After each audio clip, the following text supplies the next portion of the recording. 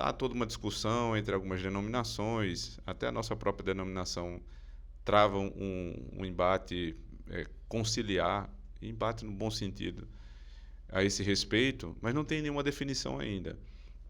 E muitas pessoas moram no interiorzão que não tem condição nenhuma de deixar aquela vida comum que tem ali para sustentar a família. E que a internet já chegou. Exato. E a internet chegou, mas o seminário não. Você tem 9 seminários presbiterianos no Brasil, né? Eles ficam, a maioria deles, nos grandes centros. Só que você não tem, não tem como estendê-los para o interior. Você tem distâncias muito longas. Tem um país que é um continente, né, maior do que inúmeras regiões do mundo que abrigam vários países ao mesmo tempo. E você tem poucos seminários. Então, ficava muito restrita a abrangência do seminário. O seminário, por exemplo, o que eu fiz em Recife, o Seminário Presbiteriano do Norte, ele abrange Pernambuco, Paraíba, Rio Grande do Norte, Ceará, Alagoas, Sergipe. E tem pessoas que vão ter que rodar aí 500, 600, 700 quilômetros para ir ao seminário. A maioria não tem a menor condição de bancar o seu próprio estudo. Então, fica na dependência da igreja e na dependência do presbitério. E essa dependência se dá justamente nas áreas as menos financeiramente abastadas. Ou seja, se você já não tem acesso ao presencial porque você mora numa cidade pequena. As cidades pequenas têm geralmente igrejas pequenas e com poucos recursos. E você tem que despender um recurso maior do que aquele que já mora na cidade grande. Então é uma conta que não fecha. A maioria delas vai uma vez por ano, ou no máximo 2 vezes por ano. E assim, o contato em 4 anos passa a ser esse contato de 4 a no máximo 8 vezes com a igreja local. Isso é terrível, né? Porque termina você perdendo o vínculo. Não é à toa que dificilmente você vê um desses seminaristas que são enviados, esses candidatos, né, que são enviados para o seminário, eles retornarem à igreja de origem, especialmente quando ela é uma pequena igrejinha do interior.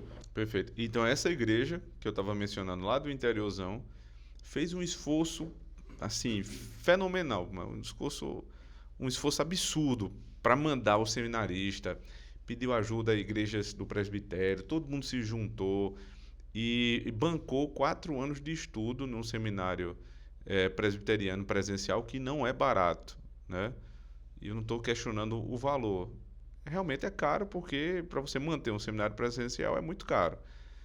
E aí depois que você fez Na verdade, tendo em vista inteiro, os custos do seminário, é barato. é até barato. É um grande esforço que a denominação faz também para manter esses seminários abertos e funcionando com certa estrutura.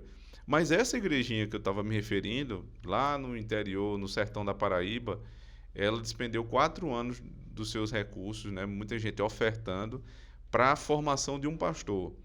E nesses locais são justamente os locais onde mais se precisa de plantação. Só que a maioria desses alunos não voltam mais para lá. Eles foram formados com o dinheiro do sertão e vão para a capital. E deixa eu fazer uma provocação aqui, colocando um dado, né? Ou pelo menos questionando a respeito. Vocês já prestaram atenção à quantidade de candidatos que vai ao seminário e tem a sua ordenação, quando ele retorna ao presbitério para ser avaliado, que fica o negócio meio stand-by e é postergado por alguns anos porque não tem campo? Existe, inclusive, um instrumento legal, né, que é a licenciatura, tanto para isso, porque às vezes não tem campo, e em segundo lugar, porque houve uma perda tão grande do contato entre igreja local, presbitério e seminarista que eles nem sabem mais quem é a pessoa que está voltando. E aí seria uma espécie de teste ali, um estágio probatório de pelo menos 1 ano para a ordenação. E muitos desses seminaristas, como o presbítero está falando, simplesmente não tem campo. Agora, por que não tem campo? O Senhor Jesus disse que a seara é grande e os ceifeiros são poucos. Vamos pensar que na Paraíba são 32 cidades Se eu não estiver enganado, são 32 cidades do estado no universo de 231 que tem uma presença presbiteriana. E como é que falta campo? Pois é. Isso é outro problema de você tirar o seminarista da sua cidadezinha lá do interior, mandar para o seminário ficar lá meio que enclausurado durante 4 anos, Perdendo o contato da vida real. sem contato, perdendo o contato da vida real. Aí eu acho que esse termo é muito bom, porque a gente amplia agora a discussão em relação a isso. A gente pode começar a falar dos vários contatos que ele perde, que abrange essa falta de contato da vida real. E um deles é o seguinte: se ele estivesse na sua igreja local, tendo o acompanhamento do seu pastor, né, vivendo a vida local e estudando via EAD, ele teria a oportunidade, por exemplo, de plantar uma igreja no intermédio ali da sua região. Né? Por exemplo, se ele está numa cidade que tem certamente outras cidades por perto que não tem presença, que não há presença, por exemplo, presbiteriana, então ele pode estar durante a semana, alguns dias, entre os estudos, os trabalhos, fazendo um trabalho de plantação, de evangelização. Mas quando ele vai para o seminário e fica lá longe, no máximo ele vai fazer isso aí, mas dentro daquela cidade que certamente tem várias igrejas. É por isso que existem, inclusive, tantas igrejas nos grandes centros. Porque tudo, no final das contas, colabora para que as coisas aconteçam ali.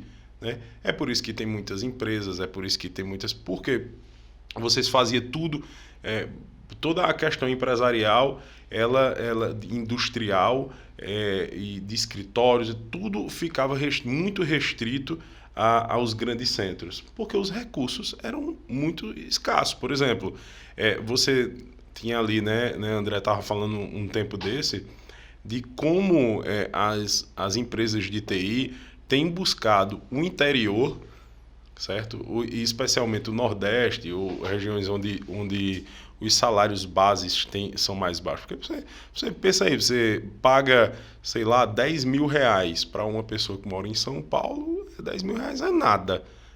Mora na Grande São Paulo, você mora ali. Agora, se você mora em Campina e recebe a metade disso aí, você vive muito bem. Né? Relativamente bem. Se você comparar com um cara que vive em São Paulo com 10 mil, é infinitamente melhor. Agora, por que isso é possível? Primeiro, por conta da natureza, aliás, por conta dos recursos que há para que se faça isso e pela própria natureza do trabalho que ele executa. Né? Ele pode fazer tudo isso aí online. Né? Então, para a empresa é bom e para as pessoas que trabalham. Então, essa descentralização, certo? Ela é benéfica em vários sentidos e ela é possível hoje. Ela é possível. É óbvio que no passado a construção de seminários em grandes centros, certo? Era uma conveniência necessária. Era conveniente e necessário. Né? Por quê? Você não tinha condição de em cada lugar onde você tinha uma igreja, botar um seminário.